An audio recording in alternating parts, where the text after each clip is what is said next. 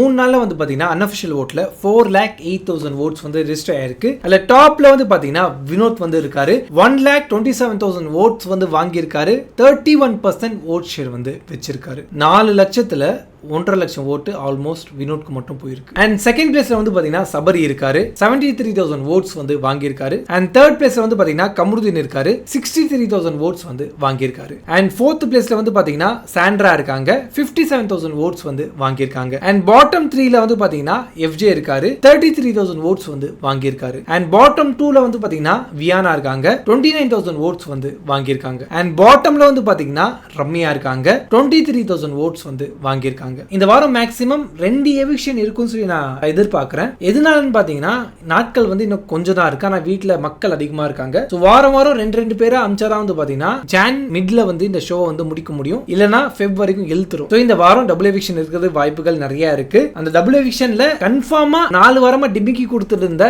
ரம்யா வந்து ஒரு ஆளா வந்து இருப்பாங்க. செகண்ட் பர்சனா வியானா ஆர் எஃப்ஜே இந்த 2 பேர்ல யாராவது ஒருத்தர் ரம்யா கூட போறதுக்கு